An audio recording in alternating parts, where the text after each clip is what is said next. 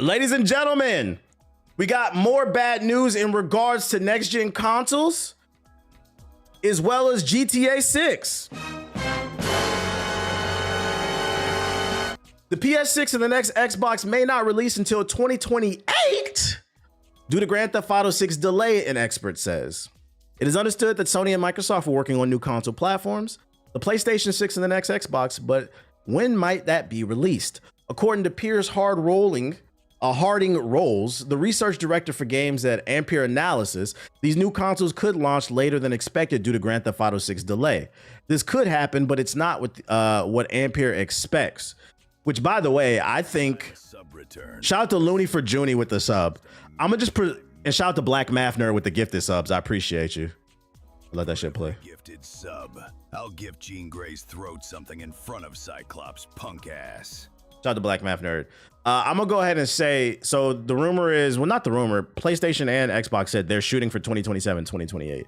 I think best case scenario for next gen is actually 2027 for them, because the longer that PlayStation and Xbox wait to release their console, I wouldn't have this opinion if this news about the Steam machine didn't break today.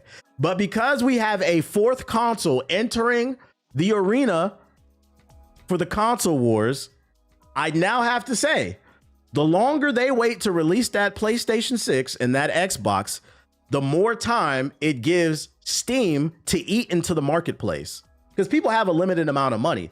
So now we're talking about potentially there being 2 years between the Steam machine and the PS6. Valve could eat into that marketplace. I could see a world where there are console gamers that were interested in Steam, but they didn't want to build a PC. They see this new hybrid thing that Steam releases. Between 26 and 27, they buy it because it's priced competitively. And they say, you know what? I'm enjoying these 4K 60 FPS visuals. I'm enjoying these Steam sales every fucking quarter. Summer, fall, spring, winter, there is a Steam sale. I'm enjoying them every quarter, getting these AAA games for $5, $10. I'm enjoying this free online, unlike Xbox, PlayStation, and fucking Nintendo. God, why does Nintendo charge? I'm enjoying this new controller. They might enjoy that experience, and by the time 2028 comes, they might say, you know, Grand Theft Auto's coming to PC. And I already have this Steam machine. Why the fuck would I buy a PS6? I'm not saying that's what would happen. I'm just saying I could see that happening for some people. Because what did I tell y'all about 10 minutes ago? PC gaming is like dealing with black people. Once you go black, you never go back. Once you get into PC gaming, it's hard to go back to PC. Once you get used to not paying for online, especially in this economy where that orange nigga is ruining everything and we all got to tighten our belts because everything is expensive, you don't think there's not people out there saying, whoa, not only can I enjoy my games, but now I don't have to pay fucking $50, $60, $70, $80 a year to get online? That's one less thing. I can say something. That's food in my mouth. That's food for my kids. 50-year mortgages and 30-year fucking car loans, this clown. I could see a world where some people are like, you know, I've always been a PlayStation dude. I've always been an Xbox dude, but this Steam machine is all right. It's fucking all right. So believe it or not, I could see this eating into their marketplace, but that's beside the point. I went on a whole different type of tangent, man. I guarantee all the year 1 and 2 PS games are coming to the PS5 too, probably. He told GameIndustry.biz that the delay for GTA 6 will have a significant impact on console sales dynamics in 2026. This is because with GTA 6 now coming in November of 2026, which I don't believe, instead of May 2026, console sales will be even more backloaded. How does the GTA 6 delay impact the next generation of console releases? Harding Rolls says his company is modeling the new systems to launch in late 2027, but that could change if the platform holders want to squeeze more juice out of the GTA 6. Might the console companies be tempted to get more from the current console generations by riding the GTA 6 wave and waiting until 2028? The fact that games are now cross-gen makes less of a factor, perhaps, but such is the size of the GTA franchise, the launch timing will get all areas of the game's business thinking about their product strategies. Here's another thing too, right? PlayStation 6 gets announced, I don't know, costs $700, and let's say the new Steam machine costs $600.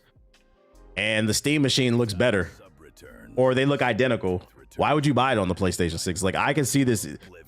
This is why I said this. Whether you're interested in this Steam machine announcement or not, this is a great announcement.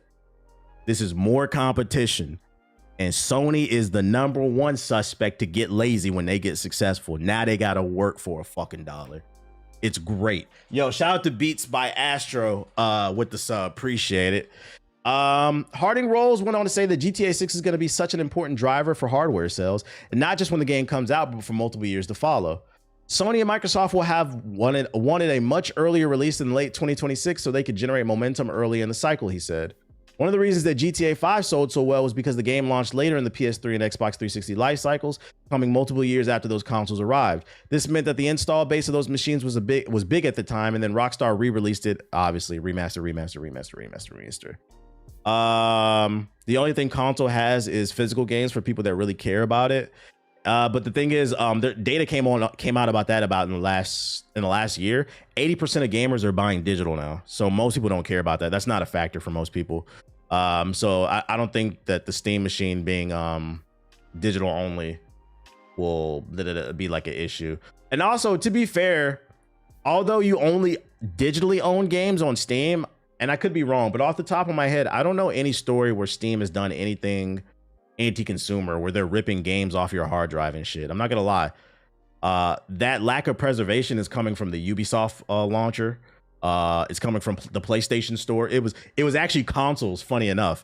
It was consoles that were pulling games and movies off of people's hard drive, saying you don't own it, we own it. I've never seen Steam do that, so I wouldn't be too much worried about that.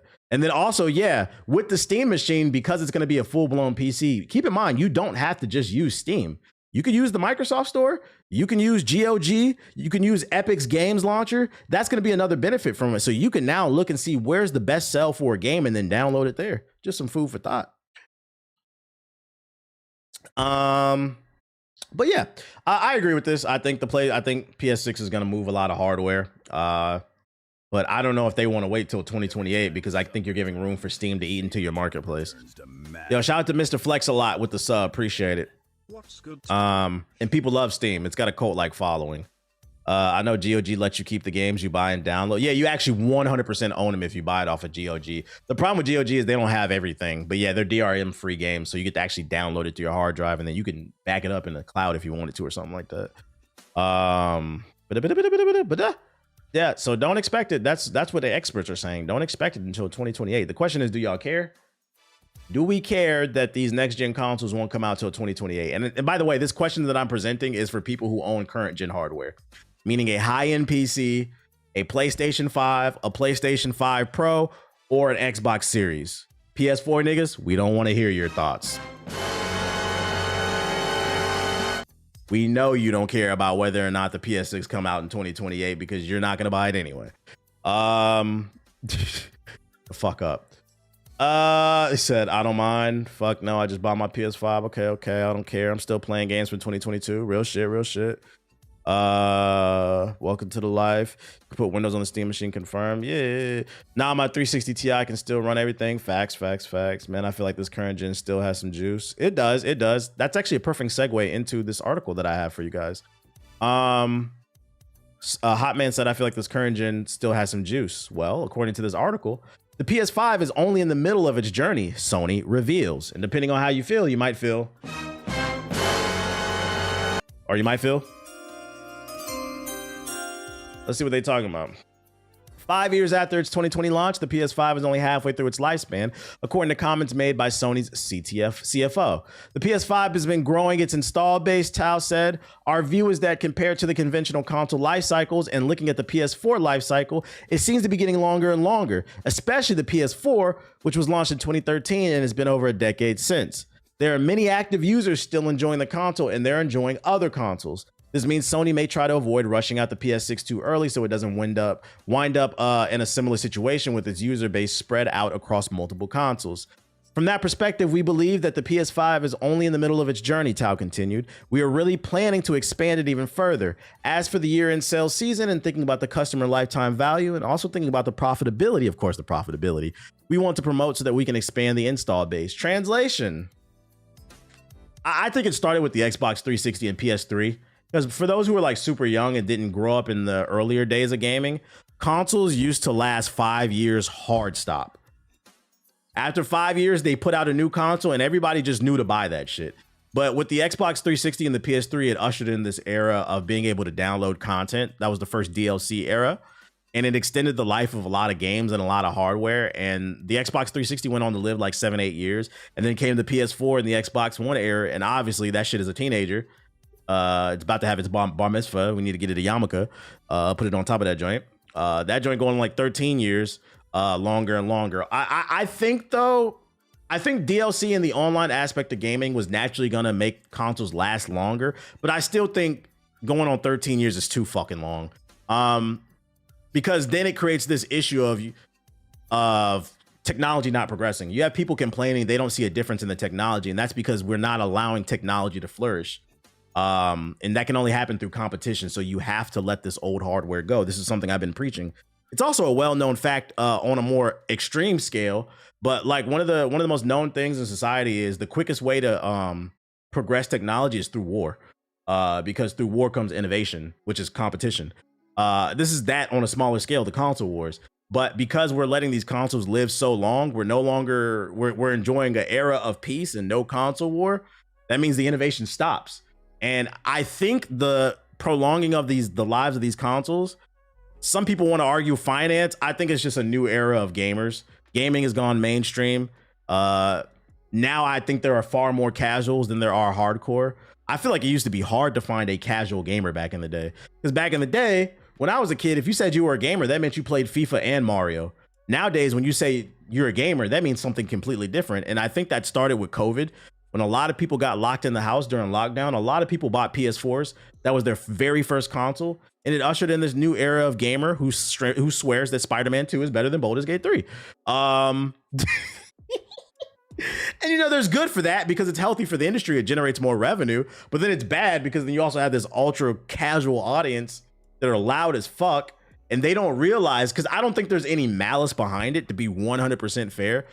They just don't know any better. We cannot progress as a society if we continue to hold things on.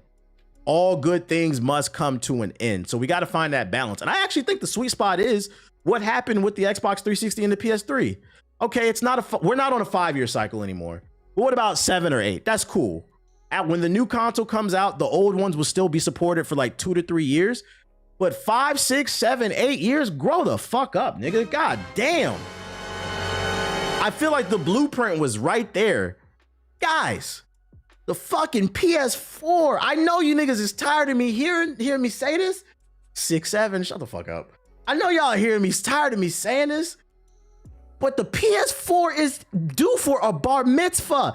And if we keep letting it go longer, not only will that nigga need a yarmulke on the top of the PS4, it's gonna have a quinceañera at 16 in a few years. And if we keep letting it go longer, it's gonna be legal to drink. It's gonna be legal. Your PS4 is gonna be able to drink a Modelo.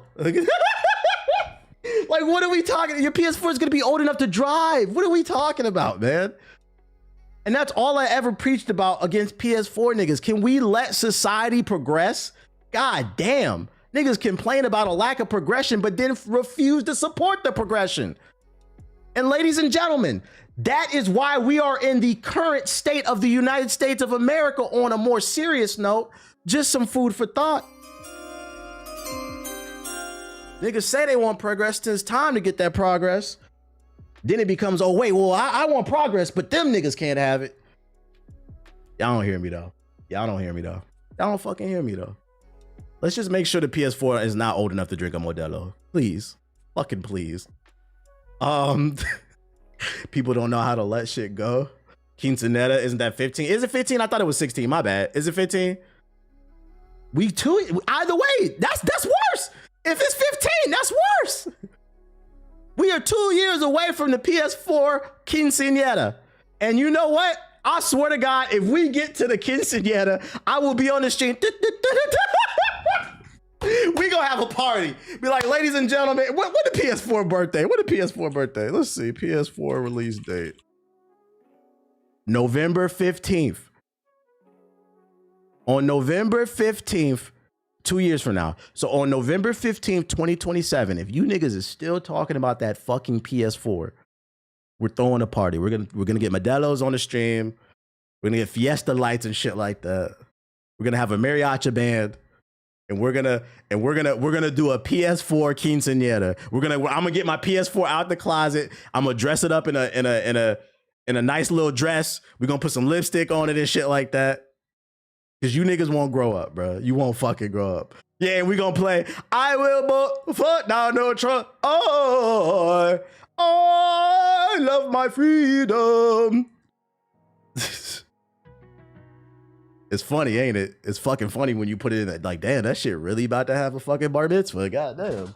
So first we gonna get the yarmulke for the PS4. And we gonna get the quinceañera. Y'all not hearing me though. Y'all not fucking hearing me. In other news, new Ratchet and Clank game was announced for mobile. This is random as fuck. Sony wasn't lying when they said live service games is their focus, but I have to ask, at what cost? I hope this I haven't seen the trailer. I hope it looks good. I'm a Ratchet and Clank fan. Ratchet and Clank Ranger Rumble revealed as a fast-paced multiplayer platform arena shooter from OBB. All right, let's see. Ranger Rumble.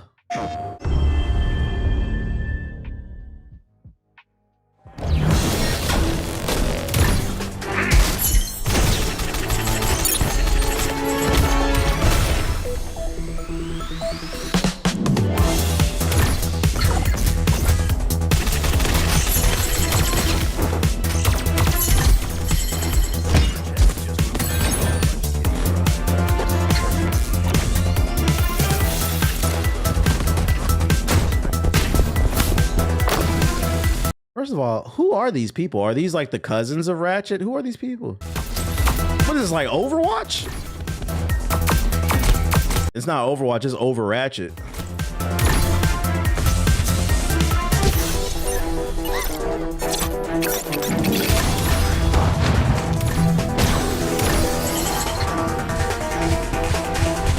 Yeah, it's a mobile game, Kimani. Wall running confirmed. I will say for a mobile game, it does look good, like visually. It does look good.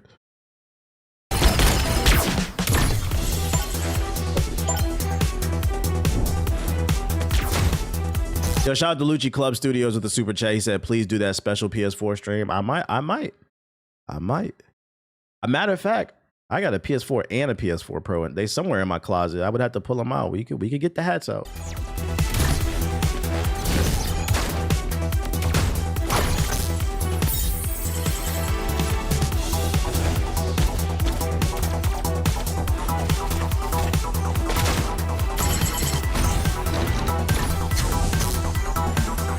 A ball and a gun. It is a ball and a gun in this joint.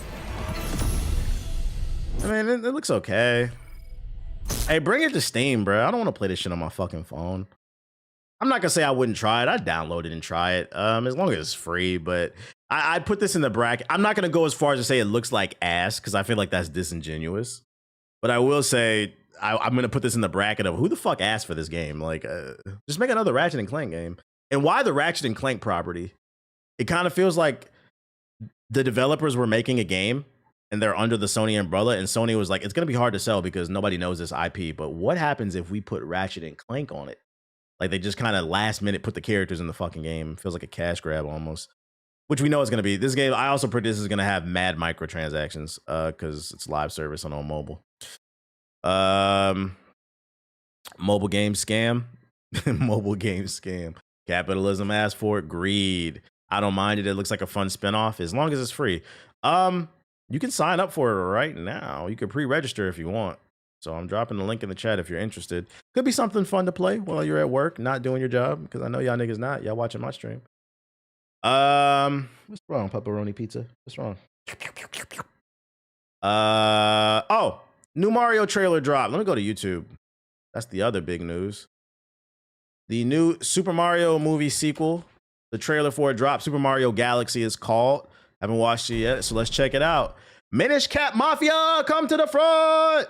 Get your Minish Caps out, or no, in this case, get your Cappy out or your wings. Like, you know what I hate about Nintendo? Nintendo loves to act like Super Mario Sunshine just does not exist. If they wanted to stick to the modern Mario as like a blueprint, why not do the Super Mario movie and then call Super Mario the second one Super Mario Sunshine and then go Galaxy? These niggas love to act like the best yeah, I said it, nigga. The best Mario game, Super Mario Sunshine, doesn't exist. We was flipping, we was dipping, we was, or at least Metroid, especially because we're going to space. That would be fire. That'd be fucking fire. It looks good. Like the audio, not the audio, but the visual quality is the same as the last movie. I'm sure the story is going to be good. I have no doubt in my mind this is going to be good. I will say though, when this movie comes out, we will be keeping an eye on the reviews. Let's not forget the reviewers shat on this movie, and then the movie came out and everybody loved it. Like gaming fans, we love this movie. What the fuck were they talking about? We don't trust the fucking reviews, whether they say it's good or it's bad. Just pull up and watch that shit. We need a black princess, but those Nintendo dorks would have had a stroke. Well, no, to be fair, nah. I think if Nintendo introduced a black princess, I don't think Nintendo dorks would get mad about that shit.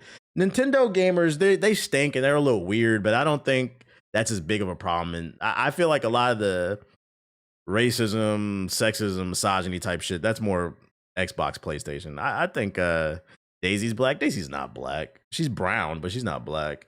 Daisy like Latino or like Indian or some shit like that. The grifters would have a field day, but those aren't Nintendo fans. Nintendo fans, they wouldn't give a fuck. I don't think. When are we getting Mario versus Sonic? That would be fire. They both got movies out. That is a possibility, you know. We could see a world like that. They should have did Mario Sunshine, Mario Galaxy. By that time, the fourth Sonic movie would have came out, and then on that last one for the big hurrah, Mario versus Sonic, or like, or instead of Mario versus Sonic, they could do a Super Smash Bros. Movie where Sonic is in it as well. That would be fire. That'd be fucking fire, bro. Just joined the stream about 12 minutes ago. Just wanted to say, as a console-only gamer, I'm kind of sold on the idea of the PC hybrid. This is ideal to get me into PC gaming. See, somebody in the chat said it right there. I'm telling you, there's a market for it. Easy layup. Wait, the water squirter Mario game? Yeah, Super Mario Sunshine, where he was squirting the water.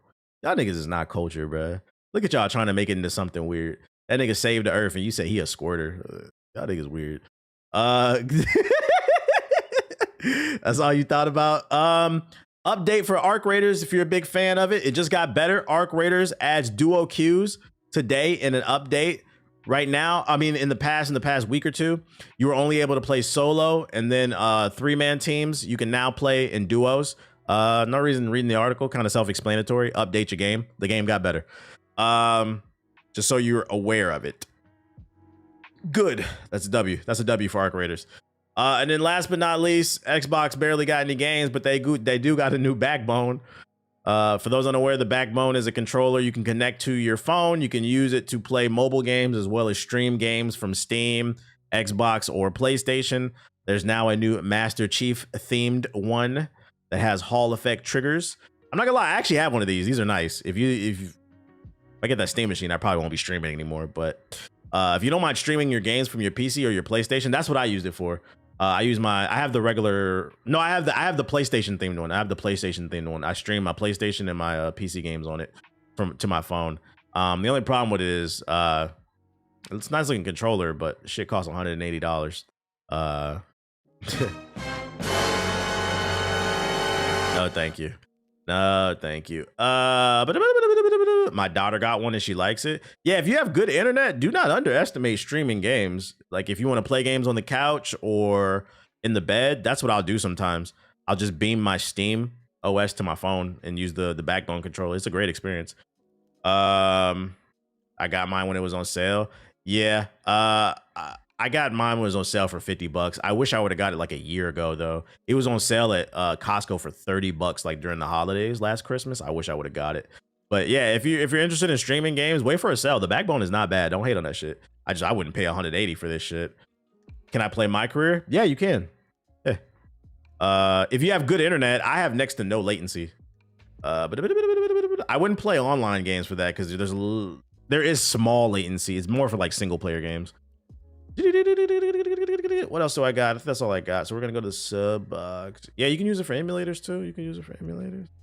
180 for a controller. Crazy, right? We're living in crazy times. But hey, listen, you know why companies come out and try to charge $180 for controllers that have old technology in it? You know why they do that?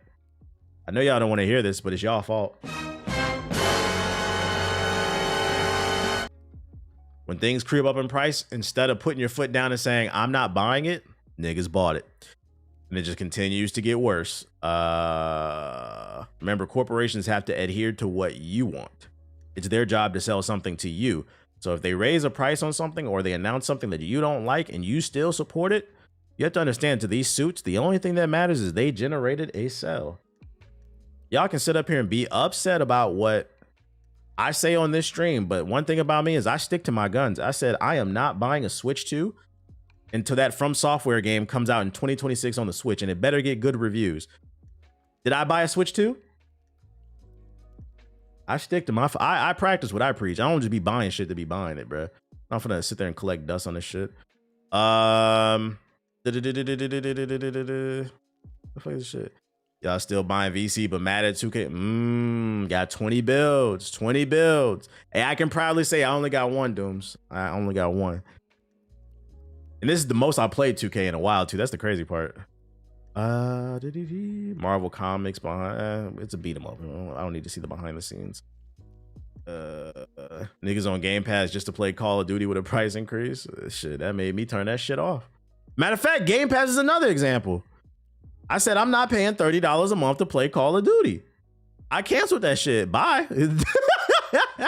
Some of you may start that bad. Like, no, I'm not paying $30 a month to rent Call of Duty. TBH, they only increase the price if you cancel it and then rejoin. Okay, well, what happens when I fall on bad financial times and I need to let go of it for a month or two? When I come back, that shit gonna be $30. It's the principle of the matter. You tried to fuck me, nigga. No. Arc Knight's Infield Official Advanced Expand gameplay. What is this? Yeah, I talked about the Steam Machine already. Where the Wind Meets review. This y'all was hyping this shit. What they saying about this? Farver, 8 minutes of first look gameplay. It's fuck Game Pass too. Vote with your wallet. Vote with your wallet. Doesn't seem like there's really any interesting trailers. That Steam Machine news saved the day, boy. Spin Rhythm DLC pack. Records of Ragnarok. Official introduction to Arc Raiders trailer. I heard they added a new map to Arc Raiders. What's funny, after all the canceled subscriptions, they added about 30 games in a week. Nigga, we don't care. We don't care. They failed to realize that Call of Duty was saving Game Pass for me. Like, I'm good off that shit. Let's look at this shit. I do not want to play 20 different versions of a bootleg Belantro. Yeah, I'm getting on Ghost today. Years, the one in the sarcophagus has gradually faded from people's memory. Sarcophagus, what? Those legends. I was hoping that before your memory recovers, you would learn about this world through experience rather than... That's a bar. That's a bar. He says nothing worse than grown men hating gay people but letting corporations put the tip in. He said y'all hypocrites. His words, not mine. His words, not mine. That's crazy. That's real. That's real. Though. Like your shit ain't making no sense, bro.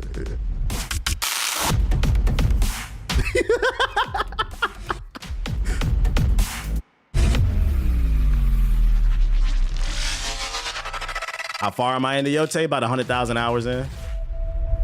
Man, what the fuck am I looking at? It's a no for me. Mobile fans been hyping this up. I won't be. What they talking about with this shit? Meat is an ambitious exercise in maximum. This is another game y'all was hyping up. The World is a vibrant wuxia love letter filled with over-the-top characters who can practically fly through the air, grand odes to the beauty of the natural world, and the dark political sorcery that threatens all of that on a daily basis. Then we'll do it this way. Yeah, I see. That's a good idea. Combat is a steady, enjoyable ebb and flow that is full of style and substance, but at a slower pace than you might think from just watching it. The collage of the stories it tells, both being main saga... The combat looks interesting. Side fables, are a turbulent gust of ups and downs both thematically and in quality. But unfortunately, the journey... Translation, the story by sucks. the steep cliffs of jarring late-game progression pacing and The future of gaming right with there. dizzying amounts of micromanagement that turns the very idea of interacting with its RPG systems into stone. He said too much micromanaging. I'm losing interest. The fictional version of 10th century China where Winds Meet is set in a politically broken place, where powerful clans fight to divvy up the region, both with open warfare and subterfuge. It's the perfect backdrop for you, an orphan raised by a working-class winemaker that's just itching to leave the humble life behind in search of adventure and purpose. The tale that sends you to lavish palaces, haunted caves, and dank dungeons is run-of-the-mill, with a handful of memorable moments that would be moving, but they are often undone by some pretty awful English localization that makes exchanges between characters dense with redundant sentences and turns of phrase that don't really make any sense. I haven't seen the Splinter Cell show. It's also plagued by weird technical issues like voice lines running over one another, subtitles not matching the words coming from characters' mouths, or voices going missing entirely. Uncle Gong said he's bringing me a new storybook. Can you wait for me just a little? I need to go inside and check something. With some diversions into side quests and minigame dabbling, the main campaign's 2 chapters took me roughly 30 to 40 hours to complete. And while they each button up their own isolated stories well, it leaves the journey of your wanderer 7 out of 10. I don't know why that's fucking funny, bro.